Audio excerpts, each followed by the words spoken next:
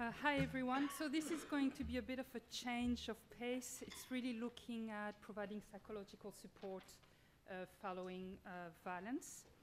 I've got a very thick accent, so hopefully you'll get used to it. Within 2 minutes, people forget I've got an accent, but it takes a bit of time. I'm going to provide you with a bit of an overview about the impacts that violence can have on people psychologically, but primarily I'm going to talk about the kind of support that really helps people recover in those early days after an incident. So I'll just push that. So I should have checked that before I started. So in terms of violence, and I'm not going to give you a definition of violence, I'm sure you've had lots and lots of them over the few hours that you've been here.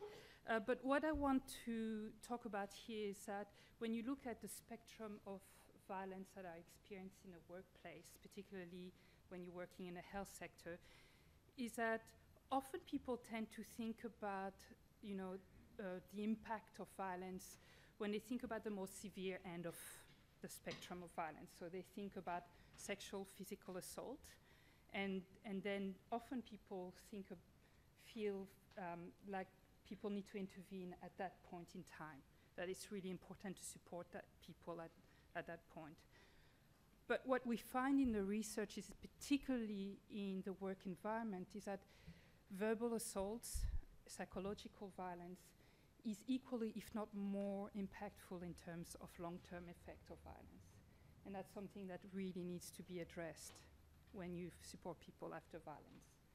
The other thing to think about is that in the health sector, particularly, what you see is cumulative violence. So people that work over many years and experience violence over time. And what we find is that the more incidents you experience, the more likely you are to go on to develop psychological problems in the long term. So that those people that experience violence time and time again, how to best support those people. So I'm going to talk a little bit about that.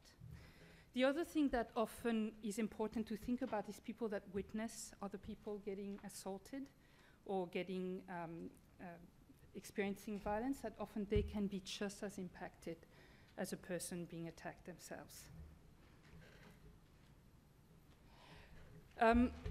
Just to put it in context, and this is what's been said, I think, all day, so I'm just not going to spend much time on this, but when we think about best practice in supporting people following violence, that's very dependent on people actually reporting the violence. And we know that violence is very common in the health sector, and in certain sectors more so, like mental health and emergency sector, etc. But that, as people have been saying, it's vastly underreported. And so when I'm going to talk about best practice in terms of supporting people, that has to be in the context of improving reporting. If not, you end up with a system where only a few people really access effective help and support. So I think all the things we've talked about today around prevention, it also is very important in ensuring that people actually get the support they need after an incident.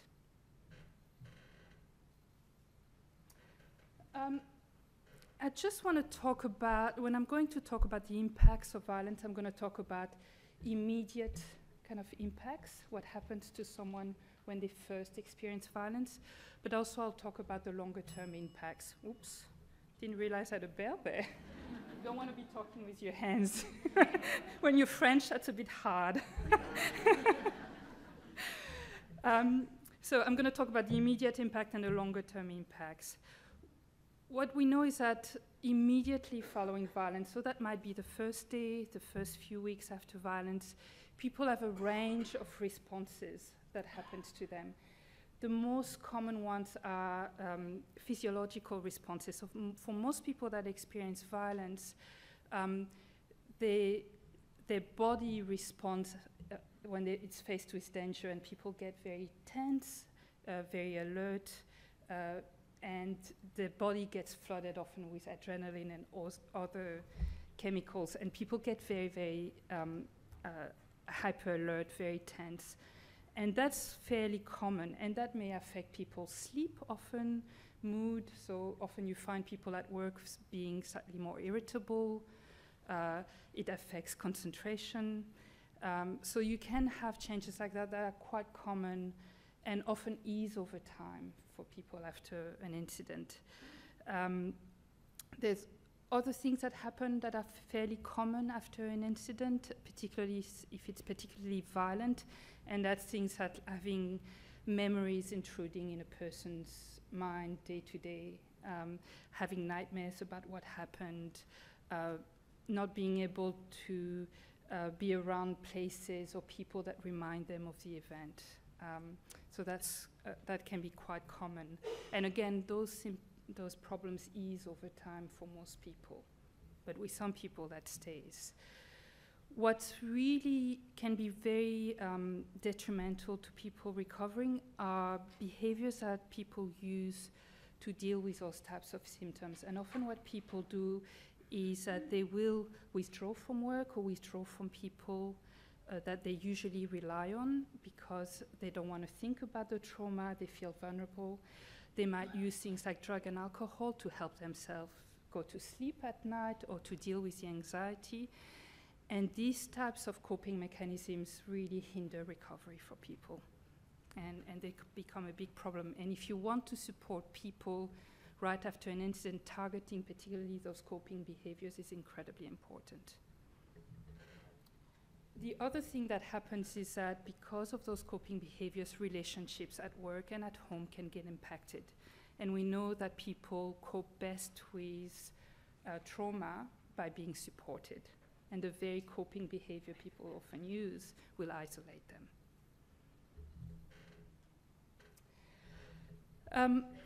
I've mentioned a couple of times that a lot of the things I've just described ease over time.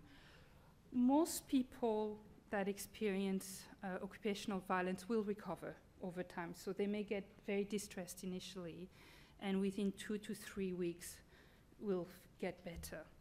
And that's for the majority of people. So, and I'm sorry, I don't have a pointer, but if you think about the pink line, most people, their functioning, their ability to function at work, at home, their distress will get worse immediately after the incident. And it's not unusual to have that for 2 to 3 weeks, yeah, and then see people recover. That's often what you see most typically. For some people, however, and for particularly in instances where you're harmed by another human being, so which is really what happens in occupational violence, you've got people that will get distressed, and in that first month, which seems to be very critical in recovery, they kind of get stuck in that recovery. They're not able to recover from all those symptoms that I've just described. Yeah. And they persist over time. But often what you see is you see that in the first months, or first months to 6 weeks, and they just don't move on. Yeah.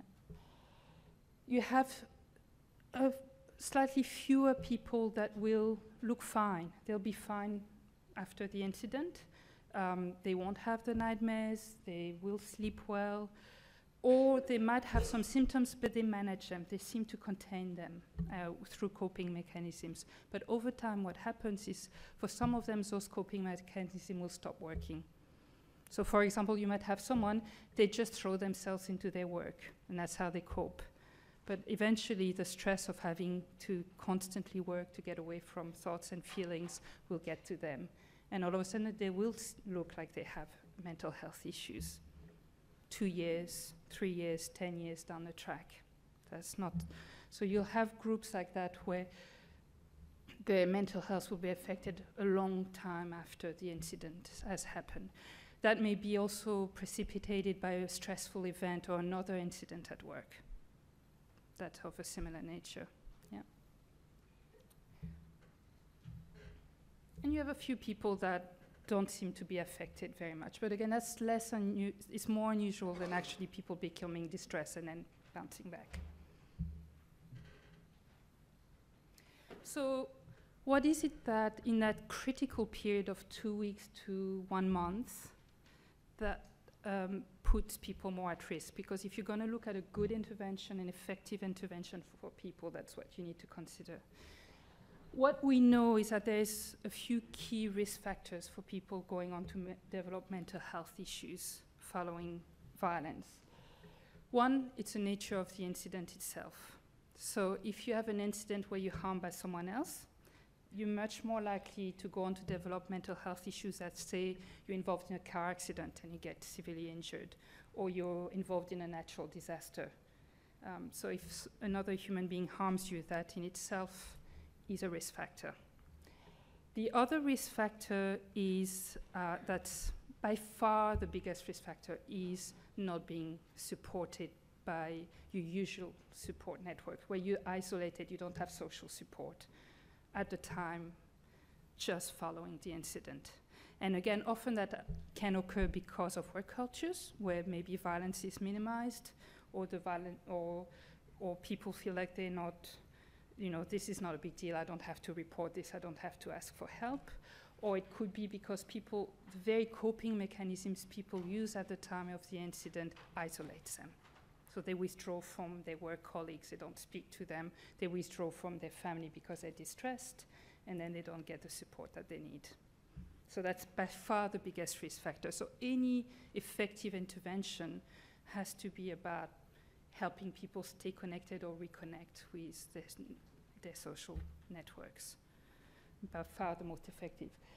And the other thing that's a risk factor is other stressful incidents and not being able to manage that at the time of recovery. So in that first month, if on top of the violent incident, you're dealing with massive amounts of stress at work, or you're going through a divorce, or there's another violent incident, that in itself really impacts on recovery. So giving tools for people to manage that stress or to decrease the stress of people at that time is also incredibly important.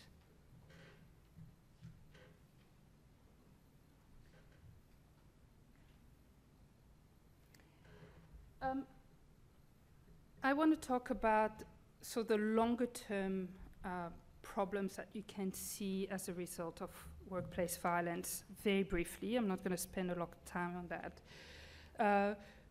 But what the research has shown is that really following occupational violence in the health sector, you do see quite a reasonable number of people going to develop for up to 12 months moderate to severe mental health issues.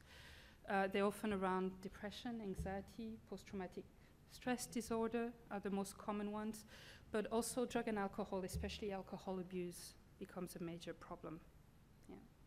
And also burnout, which is when you feel like you can't engage with work, you feel detached from your work, cynical around your job, those sorts of things.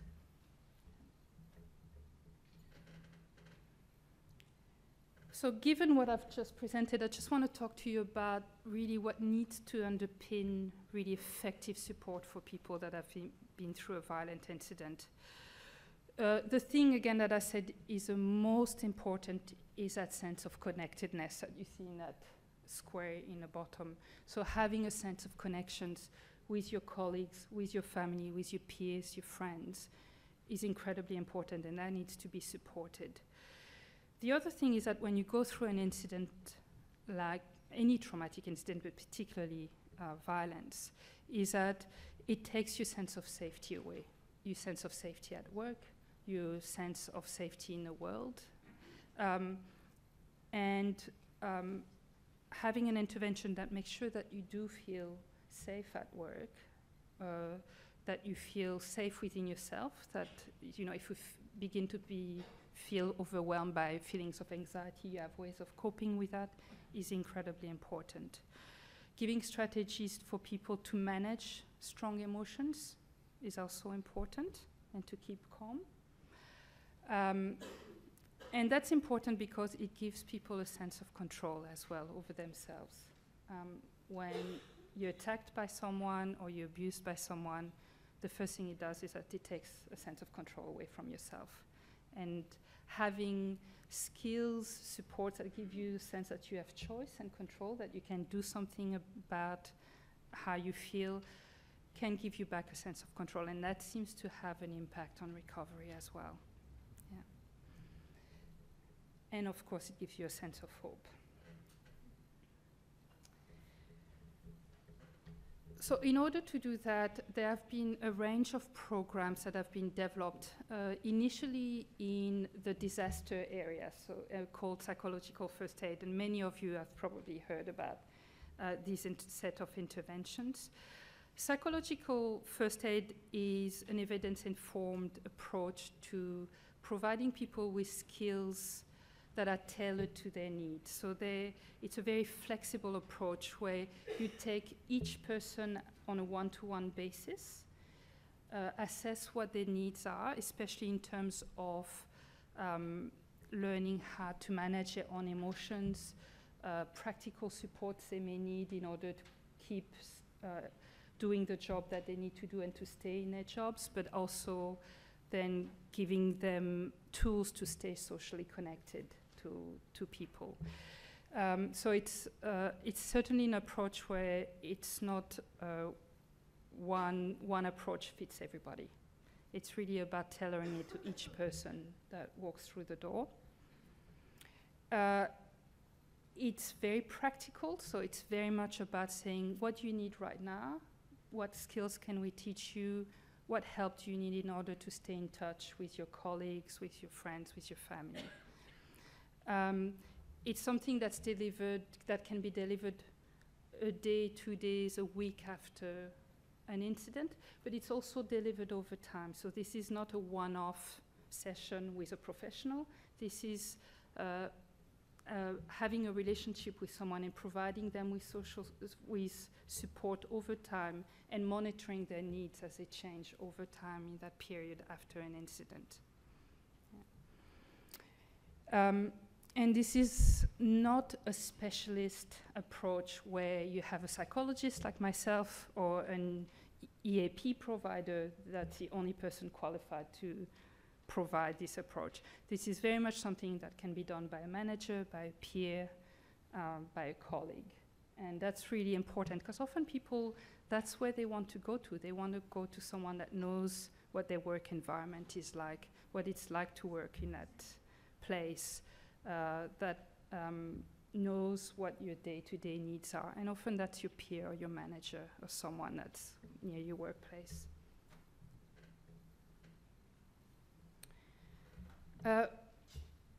So what PFA is not, as I said, it's not something that requires a mental health professional to help you. It doesn't involve any kind of formal processes in assessing someone's mental health. It's more about having a chat about people's needs and seeing what practically can be done to help them. It doesn't involve treatment. It does involve helping someone figure out which skills they could use to manage their anger, manage their anxiety, but in very, very practical ways. And what it's definitely not is what has been done for a long, long time, which is incident debriefing. So it doesn't involve recounting what